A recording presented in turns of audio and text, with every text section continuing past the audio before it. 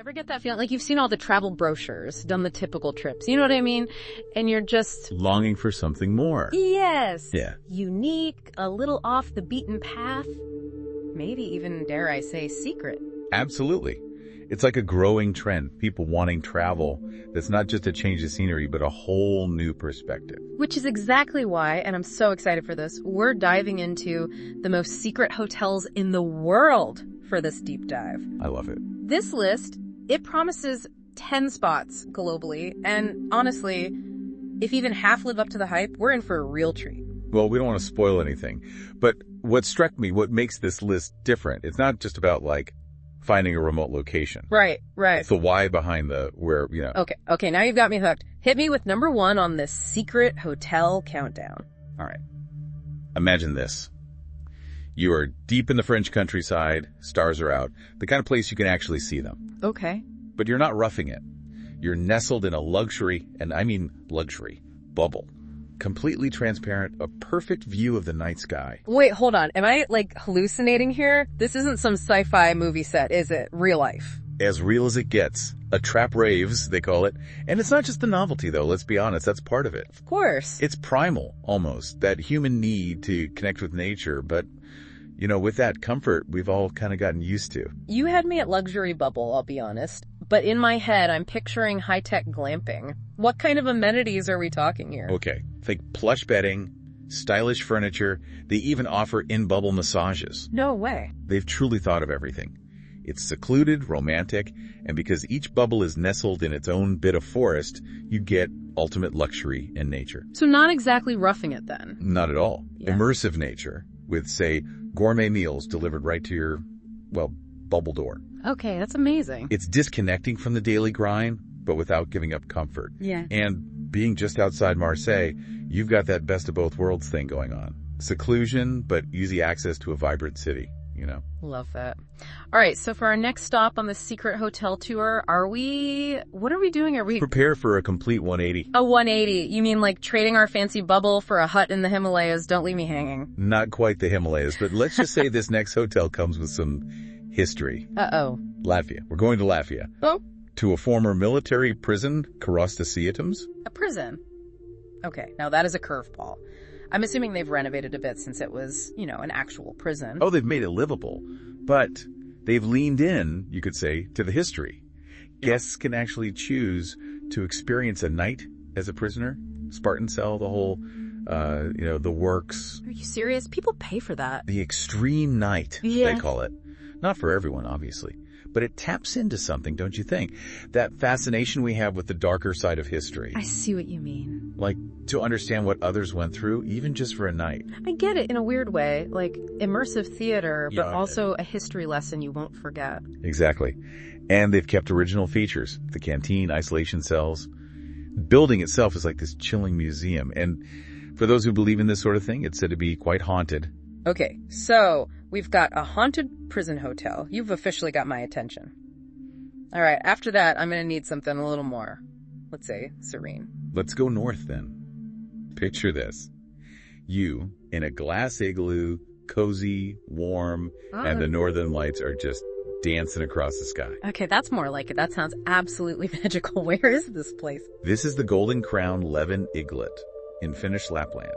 And it's not just about the view. They've got private saunas, hot tubs, real luxury. So what you're telling me is I can have this magical Northern Lights experience without, having to actually rough it in the snow. You got it. It's no wonder CNN and Big 7 Travel both named Golden Crown one of the best hotels to see the lights.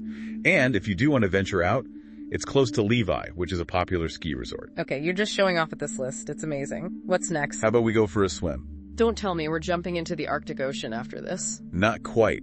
This time we're diving beneath the surface. Welcome to the Utter Inn in Sweden. Hold on, I need some details here. Diving into an inn is a new one for me. Picture a charming little Swedish house floating on a lake. Simple, right? Sure. But here's the thing. Beneath the surface, 3 meters down, is your bedroom.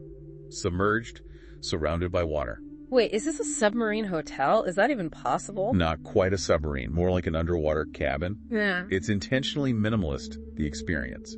No electricity, just you and the tranquility of the lake. Wow. Now that is a digital detox. No Wi-Fi, just you and the fish. I can feel myself relaxing just thinking about it. That's the whole point. They've stripped away all those distractions to force a connection with nature, with yourself. An experience you won't find just anywhere. Okay, I am so in. What else is on this incredible list? For our next destination, how about we catch a flight? But not just any flight. Okay, you're speaking my language. Flashbacks to, like, childhood dreams of being a pilot.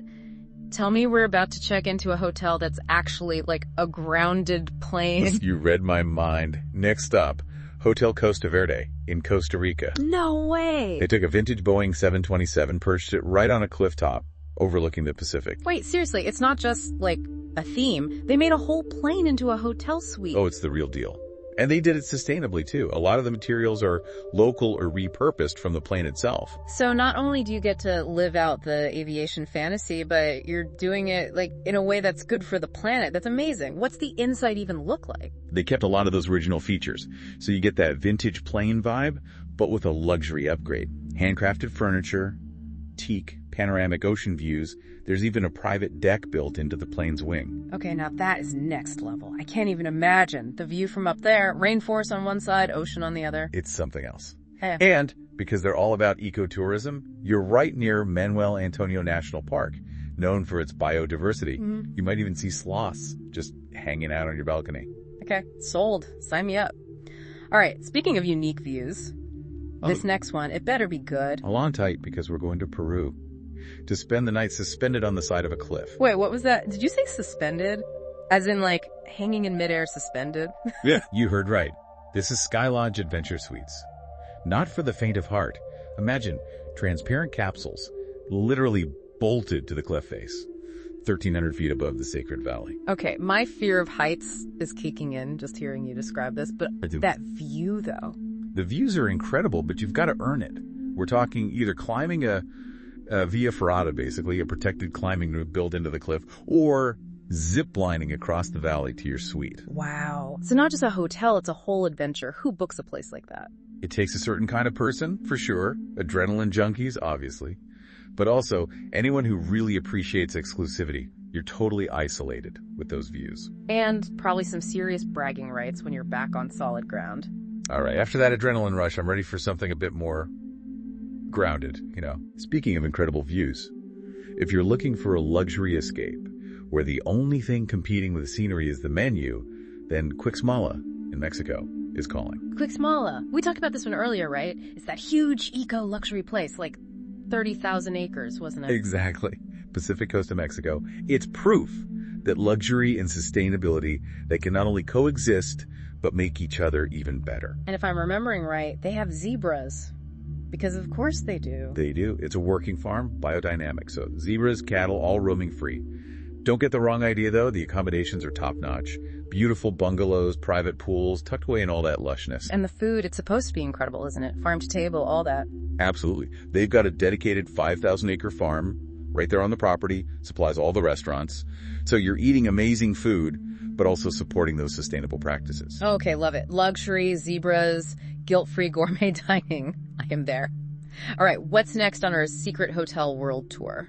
Well, we've done bubbles, prisons, cliffside capsules. How about we set sail on a landlocked cruise ship? Wait, did you say landlocked? You mean like not on the water? That's right. Get ready for the Sun Cruise Resort in South Korea. Okay, I know I misheard you. A cruise ship, but on land. It's as wild as it sounds.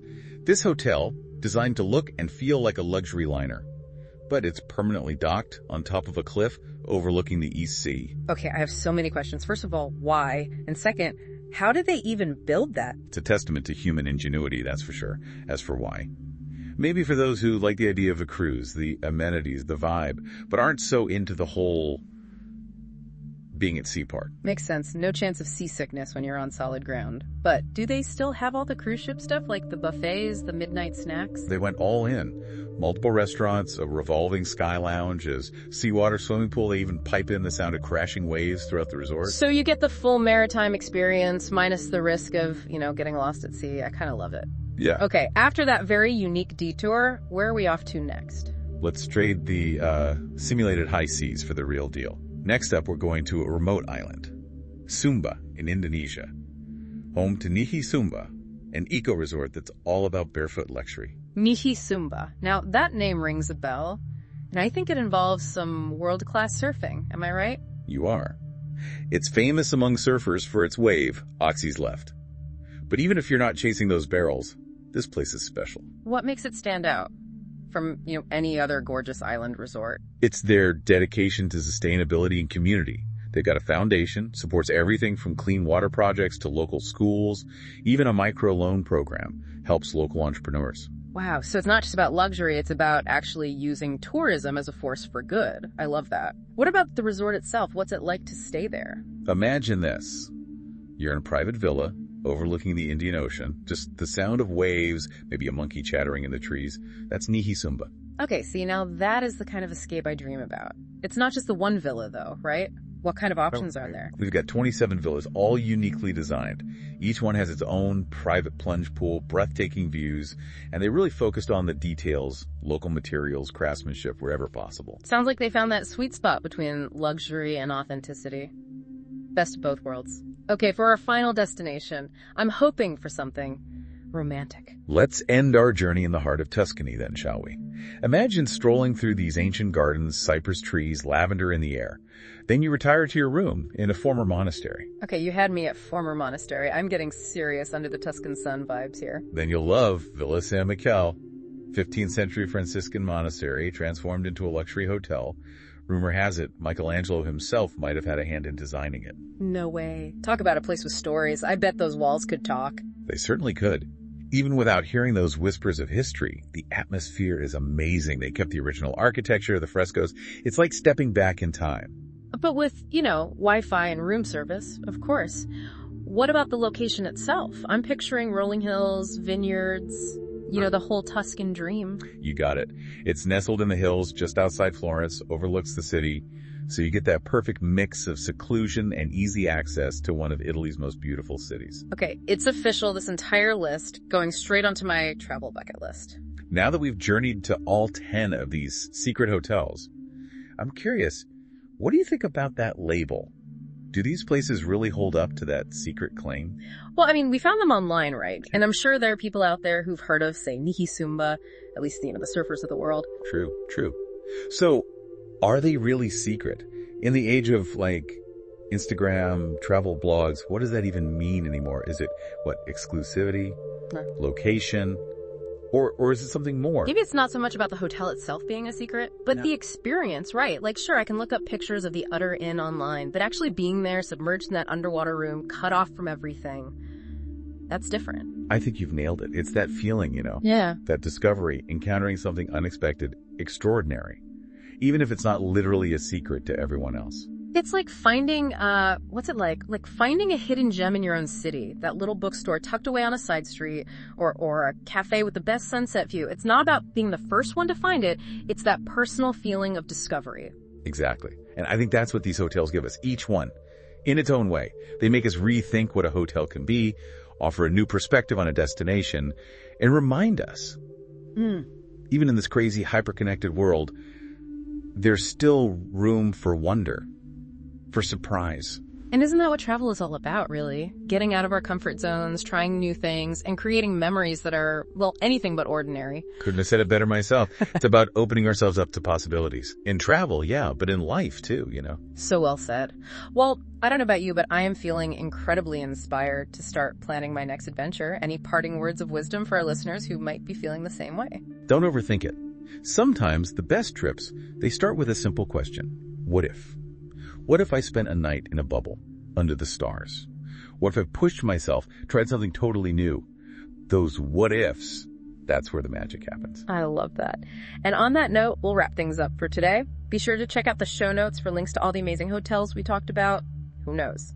Your next adventure might be just a click away. Until next time, keep exploring.